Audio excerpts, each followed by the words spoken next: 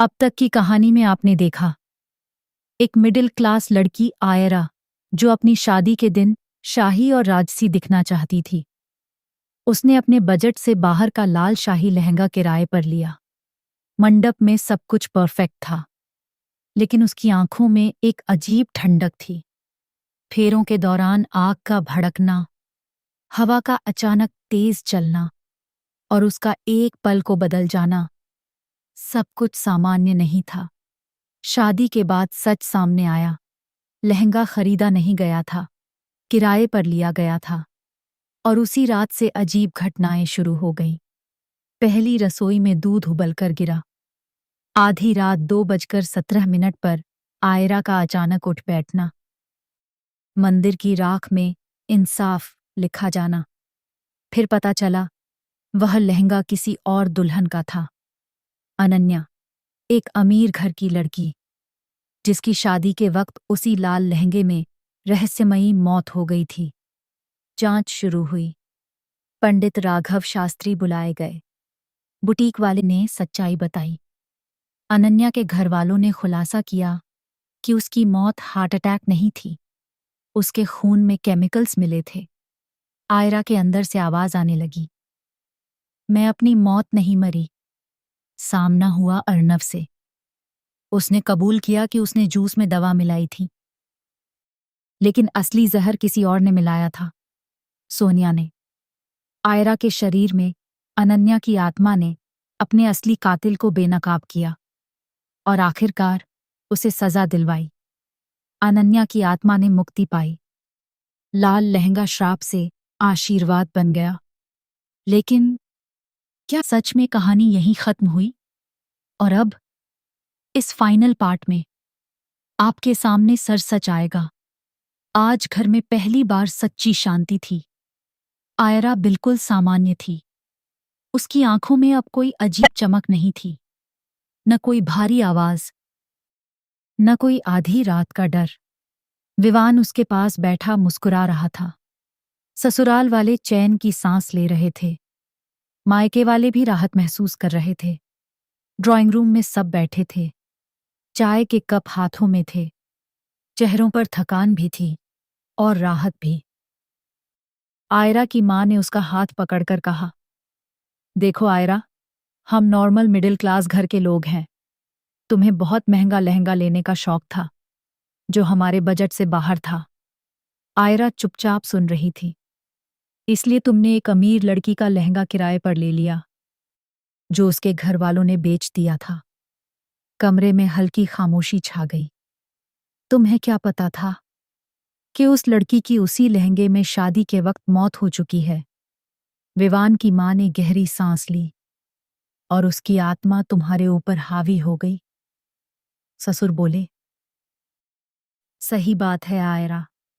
वह तो पंडित राघव शास्त्री जी का भला हो, जो उन्होंने वक्त रहते पकड़ लिया कि तुम्हारे अंदर किसी की आत्मा है। अगर वो नहीं होते तो पता नहीं क्या हो जाता। विवान की मां ने भावुक होकर कहा, जब उस आत्मा ने अपने कातिल को पकड़वा दिया, तब जाकर उसे मुक्ति मिली, वरना तुम्हारी जिंदगी तो बर्बाद थी ही। हमारे विवान की जिंदगी भी बर्बाद हो जाती। कौन जाने वो आत्मा तुम्हारे अंदर रहकर क्या कर बैठती। हमारा परिवार, तुम्हारा परिवार, सब बर्बाद हो जाता। कमरे में कुछ पल सन्नाटा रहा। आयरा की मां ने फिर कहा, इसीलिए कहते हैं, अपने शौक अपनी लिमिट में ही पूरे करने चाहिए। जितना है उतने में खुश रहना चाहिए। तुम्हारा शौक तुम्हें बहुत बड़ी मुसीबत में डाल चुका था। सबकी नजरें आयरा पर टिक गईं। कुछ पल वो चुप रही। फिर उसने धीमे लेकिन साफ स्वर में कहा, मम्मी, पापा, विवान, मैं आप सब लोगों को एक सच बताना चाहती हूं। कमरे का माहौल अचानक बदल गया। उसी वक्त दरवाजे की घंटी बजी। सबने एक दूसरे की तरफ देखा। दरवाजा खुला। अंदर आए अनन्या के मम्मी पापा और उनके पीछे पंडित राघव शास्त्री। कमरे की हवा फिर से भारी हो गई। आयरा खड़ी हो गई। उसकी आवाज अब स्थिर थी, अनन्या मेरी कॉलेज फ्रेंड थी। सब चौंक गए। उसकी शादी वाले दिन ही हार्ट अटैक से उसकी मौत हो गई थी। लेकिन जब उसका पोस्टमार्टम हुआ तो उसके ब्लड में कुछ केमिकल्स भी मिले थे। कमरे में सन्नाटा फैल गया। आयरा ने आगे कहा, अनन्या के ससुराल वाले बहुत पहुंच वाले थे। उसने धीमे लेकिन साफ स्वर में कहा। उन्होंने पूरा मामला वहीं दबा दिया। पोस्टमार्टम की रिपोर्ट में उसके खून में केमिकल्स मिले थे, लेकिन उस बात को भी दबा दिया गया। सबने मान लिया कि उसे हार्ट अटैक आया था और कहानी वहीं खत्म कर दी गई। कमरे में बैठे सब लोग चुप थे, लेकिन अंकल आंटी को कभी विश्वास नहीं हुआ, क्योंकि अनन्या पूरी तरह से फिट थी। उसका रेगुलर मेडिकल चेकअप होता था। शादी से कुछ दिन पहले भी हुआ था। सब कुछ नॉर्मल था। फिर अचानक हार्ट अटैक। अनन्या के मम्मी पापा की आंखों में फिर वही दर्द तैर आया। उन्हें शक था, लेकिन सबूत नहीं था। इसलिए अंकल ने मुझसे मदद मांगी। हमने मिलकर एक प्लान बनाया। पूरा ड्रामा, पूरा नाटक, सब पहले से तय था। विवान की मां ने अविश्वास से पूछा, मतलब लहंगा, आत्मा, सब? आयरा ने सिर हिलाया। अनन्या का कोई लहंगा बेचा नहीं गया था। अंकल आंटी ने जानबूझकर उसे उस दुकान पर रखवाया था, ताकि मैं उसे किराए पर ले सकूं। किसी को शक न हो। पंडित राघव शास्त्री जी भी हमारे साथ थे। हमें बस इतना करना था कि असली गुनहगार डर जाए और सच बोल दे। कमरे में जैसे सन्नाटा जम गया। मैं आप सबसे माफी चाहती हूं। आयरा की आवाज भर्रा गई। मैंने आपको डराया, आपको परेशान किया, लेकिन अनन्या मेरी सबसे अच्छी दोस्त थी। उसका गुनहगार खुलेआम घूम रहा था। मैं चुप कैसे रहती? अनन्या के मम्मी पापा आगे बढ़े। हम माफी चाहते हैं। अनन्या के पापा बोले, हम बहुत मजबूर थे। वो हमारी इकलौती बेटी थी। हम उसे इंसाफ नहीं दिला पाए थे। आज जब गुनहगार सलाखों के पीछे है, हमें सुकून मिला है और हम आयरा का धन्यवाद करने आए हैं। आयरा ने हल्की मुस्कान के साथ कहा, इन सब के कारण मैं अपनी शादी ठीक से एंजॉय नहीं कर पाई। न मैंने ठीक से फोटोग्राफ्स क्लिक करवाए, न उस दिन को महसूस कर पाई। मैं सिर्फ अपनी दोस्त को इंसाफ दिलाने में लगी रही। आज मैं वही लहंगा दोबारा पहनना चाहती हूँ। अब वो मेरे लिए डर नहीं। याद है, उसी लहंगे में मेरी भी शादी हुई थी। मैं अपनी शादी को यादगार बनाना चाहती हूँ। सबने राहत की सांस ली। माहौल हल्का हुआ। सबने कहा, हाँ बिल्कुल, तुम फिर से दुल्हन बनो, नई शुरुआत करो। आयरा खुशी खुशी अपने कमरे में चली गई। कुछ मिनट बाद दरवाजा खुला। वो बाहर आई, सुर्ख लाल लहंगे में। लेकिन उसकी चाल में अब वो खुशी नहीं थी। उसकी आंखों में एक अजीब सी ठंडक उतर आई थी। उसका चेहरा कठोर हो गया था। उसने धीरे से कहा, मेरा गुनहगार अभी भी इस दुनिया में खुला घूम रहा है। सबके चेहरे जम गए। सलाखों के पीछे जो है, वो मेरा असली गुनहगार नहीं है। मेरा असली गुनहगार अब भी बाहर है, आराम की जिंदगी जी रहा है। विवान ने झुंझलाकर कहा, आयरा प्लीज, फिर से नाटक मत करो। अब सब खत्म हो चुका है। सास ने भी कहा। पंडित राघव शास्त्री ने उसे ध्यान से देखा, लेकिन इस बार उनके चेहरे पर भी उलझन थी। विवान ने उसका कंधा पकड़कर कहा, आयरा, होश में आओ। अचानक आयरा ने उसे इतना जोर का धक्का दिया कि 6 फुट लंबा विवान कई फीट दूर जाकर गिर पड़ा। कमरे में चीख गूंज उठी। एक दुबली पतली लड़की, इतनी ताकत! उसकी आंखें अब चमक रही थीं। मैं कोई नाटक नहीं कर रही। उसकी आवाज भारी और अनजानी हो गई थी। जब तक उसे सजा नहीं मिलेगी, मैं इस दुनिया से नहीं जाऊंगी। वो धीरे धीरे दरवाजे की ओर बढ़ी। पंडित राघव शास्त्री बुदबुदाए, इस बार ये नाटक नहीं है। सब उसके पीछे भागे। आयरा कार में बैठी, इंजन स्टार्ट किया और गाड़ी तेजी से आगे बढ़ा दी। सब हैरान थे, क्योंकि आयरा को कार चलानी भी नहीं आती थी, लेकिन वो गाड़ी ऐसे चला रही थी जैसे बरसों से ड्राइव कर रही हो। अनन्या के मम्मी पापा की सांस रुक गई। ऐसे ही हमारी अनन्या कार चलाती थी। आयरा एक घर के सामने जाकर रुकी, बिना रुके अंदर की ओर बढ़ी। कॉल बेल बजाई, दरवाजा नहीं खुला। उसने एक जोरदार धक्का मारा, धड़ाम, दरवाजा टूट गया। अंदर से एक मॉडर्न लड़की बाहर आई। कौन हो तुम? आयरा ने उसकी गर्दन पकड़ ली और हवा में उठा लिया। सच बता, तूने मुझे कैसे मारा? लड़की चीख रही थी। मैं तुझे नहीं जानती। आयरा की आवाज गूंजी। अनन्या को कैसे मारा, जल्दी बता, वरना आज तू भी मरेगी। तब तक पुलिस भी पहुंच चुकी थी। 2 हवलदार आगे बढ़े। आयरा ने एक हाथ झटका, दोनों पीछे छिटक गए। सब रिकॉर्ड कर रहे थे। वह लड़की, सोनिया, कांप रही थी। और फिर डरते डरते उसने कबूल किया। हाँ, मैंने जहर मिलाया था अनन्या के जूस में। अर्नव सिर्फ बेहोशी की दवा डालने वाला था, लेकिन मैंने असली जहर मिलाया दिया था। मैं अर्नव को खोना नहीं चाहती थी। सब सन्न हो गए, क्योंकि अगर वो सिर्फ बेहोश होती तो शायद उसके होश में आने पर उनकी शादी हो जाती। इसलिए मैंने उसे मार दिया।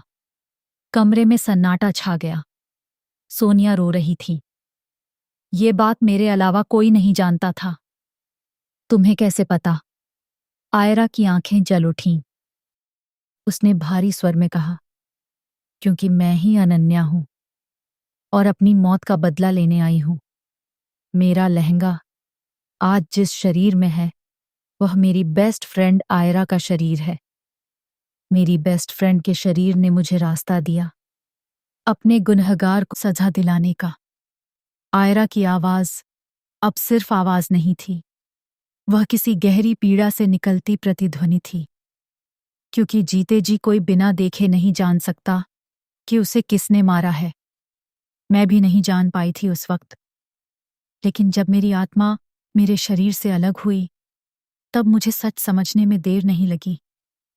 मेरी मौत तुम्हारे जहर की वजह से हुई थी। कमरे में खड़े हर व्यक्ति की रूह कांप गई। मेरी आत्मा भटक रही थी, तड़प रही थी, लेकिन तुम्हारा कुछ बिगाड़ नहीं पा रही थी। तुम मजे से अपना जीवन जी रही थी, अपनी शादी प्लान कर रही थी अर्नव के साथ, और मैं चाहकर भी कुछ नहीं कर पा रही थी। उसकी आंखों से आंसू बह रहे थे, पर चेहरा क्रोध से तप रहा था। मैं चाहती तो आयरा की शादी की रात ही उसके ऊपर हावी हो सकती थी, लेकिन मैं उसकी खुशी बर्बाद नहीं करना चाहती थी। वह मेरी बेस्ट फ्रेंड थी। मैं उसकी जिंदगी का सबसे बड़ा दिन खराब नहीं करना चाहती थी। उस वक्त मेरी आत्मा दूर भटक रही थी, खुद को काबू में रखे हुए, तड़पती हुई, लेकिन मैंने कुछ नहीं किया। सोनिया कांप रही थी, लेकिन आज जब उसने दोबारा मेरा लहंगा पहना, मेरी आत्मा को तुरंत महसूस हुआ, मेरा लहंगा किसी शरीर में गया है। उसने अपनी लाल आंखों से सबको देखा। मेरी आत्मा उस लहंगे से जुड़ी हुई थी और मैंने फैसला कर लिया, अब मैं अपने गुनहगार को सजा दिलवाकर ही जाऊंगी। मुझे नहीं पता इससे पहले आयरा ने क्या किया, क्या नहीं किया। मुझे सिर्फ इतना पता है, मेरा असली गुनहगार अब भी खुला घूम रहा था। सोनिया को पुलिस ने पकड़ लिया। हथकड़ी की आवाज गूंज उठी। धीरे धीरे आयरा की सांसें बदलने लगीं। उसकी आंखों की आग कम होने लगी। अब वह अजीब सी नजरों से अपने मम्मी पापा की तरफ देखने लगी। अनन्या के मम्मी पापा रो रहे थे। मम्मी, पापा, उसकी आवाज भर्रा गई। आखिरी बार आयरा के शरीर से आप लोगों से बात कर रही हूं। सबके रोंगटे खड़े हो गए। आज सच में मेरी मुक्ति हो रही है। मैं इस दुनिया से अपनी दुनिया में जा रही हूं। शायद अब आप मुझे महसूस भी न कर पाओ। अनन्या के मम्मी पापा फूट पड़े। आयरा ने मुझे मेरा बदला लेने में मदद की है। मैंने उसके शरीर का इस्तेमाल किया, मुझे ऐसा नहीं करना चाहिए था, लेकिन अगर मैं ऐसा नहीं करती तो पता नहीं कब तक इस दुनिया में तड़पती रहती। उसने विवान की तरफ देखा। विवान, मैंने कुछ समय के लिए आयरा के शरीर पर कब्जा किया। माफ करना, लेकिन यह जरूरी था। विवान की आंखें भर आईं। अब मेरी आत्मा को सच्ची मुक्ति मिलेगी और तुम्हारी आयरा हमेशा के लिए तुम्हारी होगी। उसने अपने लहंगे की ओर देखा। इस लहंगे में अब कोई आत्मा नहीं है। मैं इसे अपने आशीर्वाद के रूप में आयरा को दे रही हूं। अब अगर वह यह लहंगा कभी पहनेगी तो यह उसके लिए सुरक्षा कवच होगा। जब तक यह उसके पास रहेगा, उसके साथ कभी कुछ बुरा नहीं होगा। उसकी आवाज धीमी होती गई। मैं अपनी सारी ऊर्जा इसमें छोड़कर जा रही हूं। तुम लोग हमेशा खुश रहना। अब मैं कभी वापस नहीं आऊंगी। अचानक एक अजीब सी आवाज निकली और आयरा का शरीर ढीला पड़ गया। वह जमीन पर गिर पड़ी। सब हड़बड़ा गए। कुछ क्षण बाद उसने आंखें खोली। ये क्या हुआ? उसकी आवाज बिल्कुल सामान्य थी। मैं तो फोटो क्लिक करवाने के लिए लहंगा पहन रही थी। मैं यहां कैसे आई? ये किसका घर है? आयरा के मम्मी पापा ने उसे संभाला। विवान ने उसे कसकर पकड़ लिया। उसे सब कुछ बताया गया। वह अविश्वास से सबको देखती रही। क्या सच में अनन्या यहां आई थी? क्या वो मेरे शरीर में थी? उसे यकीन नहीं हो रहा था, लेकिन यह सच में हो चुका था। अनन्या अपने कातिल को सजा दिलवाकर जा चुकी थी। आयरा की आंखों में आंसू थे। क्या मैं ये लहंगा उतार दूं? उसने डरते हुए पूछा। फिर खुद ही बोली, लेकिन अनन्या मेरी बेस्ट फ्रेंड थी। वो मेरा बुरा क्यों करेगी? घर वालों ने उसे समझाया। अब इस लहंगे में डर नहीं, आशीर्वाद है। यह अब तुम्हारा सुरक्षा कवच है। आयरा आसमान की ओर देखने लगी। उसकी आंखों में आंसू थे। उसे लगा जैसे आसमान में अनन्या मुस्कुरा रही हो, एक सुकून भरी मुस्कान। शायद आज सच में उसे मुक्ति मिल गई थी। आयरा ने गहरी सांस ली। उसे भीतर से हल्का महसूस हो रहा था। और फिर सब धीरे धीरे घर की ओर लौट चले। रात का आसमान साफ था। हवा में अब पहले जैसी घुटन नहीं थी, बल्कि एक अजीब सी शांति थी, जैसे बरसों से अटका हुआ कोई दर्द आखिरकार मुक्त हो गया हो। आयरा ने आखिरी बार उस सुर्ख लाल लहंगे को छुआ, जो अब खौफ की निशानी नहीं, बल्कि दोस्ती, बलिदान और न्याय का प्रतीक बन चुका था। दूर आसमान में बादलों की हल्की परतों के बीच उसे एक धुंधली सी मुस्कान दिखाई दी। वही मासूम मुस्कान जो कभी उसकी सबसे प्यारी दोस्त की हुआ करती थी। शायद सच में आज एक भटकी हुई आत्मा को मुक्ति मिली थी और एक अधूरी कहानी को उसका न्याय। आयरा ने आंखें बंद की, गहरी सांस ली और पहली बार बिना डर के मुस्कुराई, क्योंकि अब लाल लहंगा श्राप नहीं, आशीर्वाद बन चुका था। दोस्तों, इस कहानी को पढ़ने के बाद अगर आपको किसी शादी में एक बेहद खूबसूरत, महंगा, चमकता हुआ लहंगा दिखे जो आपके बजट से थोड़ा बाहर हो, लेकिन किराए पर आसानी से मिल जाए, तो क्या आप बिना सोचे उसे पहन लेंगे? या फिर आप अपने ही पैसों से खरीदे गए साधारण लेकिन नए कपड़ों में अपनी खुशियों को मनाना पसंद करेंगे? क्योंकि हम अक्सर भूल जाते हैं, कुछ कपड़े सिर्फ कपड़े नहीं होते, वह कहानियां लेकर आते हैं। और कभी कभी कहानियां वापस भी लौट आती हैं। अब फैसला आपका है। कमेंट जरूर कीजिएगा। और अगर कहानी पसंद आई हो तो कड़वा सत्य को लाइक, फॉलो और सब्सक्राइब करना मत भूलिएगा।